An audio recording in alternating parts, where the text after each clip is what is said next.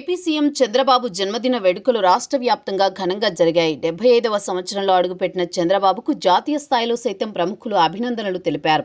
ప్రధాని Narendra Modi, AP deputy CM Pawan Kalyan, YSR Congress అధినేత Jaganmohan Reddy, megastar Chiranjeevi తదితరులు శుభాకాంక్షలు తెలిపారు.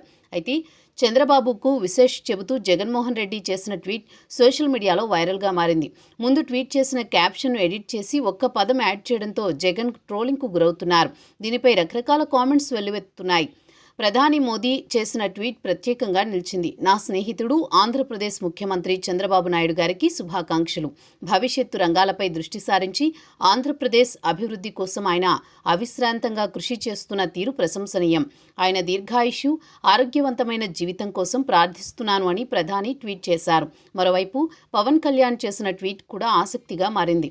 ఆర్థికంగా కుంగిపోయి అభివృద్ధి అగమ్యగోచరంగా తయారై శాంతి భద్రతలు క్షీణించిపోయిన ఒక రాష్ట్ర ప్రగతిని పునర్జీవింపజేయడం నారా చంద్రబాబు నాయుడు గారు లాంటి దార్శనికునికి మాత్రమే సాధ్యం. అటువంటి పాలనాధునికి హృదయపూర్వకంగా జన్మదిన శుభాకాంక్షలు. వజ్రోత్సవ జన్మదిన శుభ సమయాన చంద్రబాబు గారికి సంపూర్ణ ఆయుష్ను, ఆనందాన్ని ప్రసాదించాలని ఆ భగవంతుణ్ణి ప్రార్థిస్తున్నాను అని డిప్యూటీ సీఎం పవన్ ట్వీట్ చేశారు. అయితే వైఎస్ఆర్ కాంగ్రెస్ అధినేత జగన్మోహన్ రెడ్డి బర్త్డే విషెస్ చెప్పిన తీరు చర్చకు దారితీసింది. ఒక్క పదంతో ఆయన సోషల్ మీడియా ట్రోలింగ్ ఎదుర్కోవాల్సి వచ్చింది. ట్విట్టర్ ఎక్స్లో చంద్రబాబుకు బర్త్డే విషెస్ చెప్పారు జగన్. చంద్రబాబుకు పుట్టినరోజు శుభాకాంక్షలు. మీరు ప్రశాంతమైన, ఆరోగ్యకరమైన, దీర్ఘాయుష్తో జీవించాలని కోరుకుంటున్నానని క్యాప్షన్ ఇచ్చారు. అయితే అక్కడికి కొద్దిసేపటి తర్వాతే ట్వీట్ను ఎడిట్ చేశారు. చంద్రబాబు పక్కన గారు అని రాసుకొచ్చారు.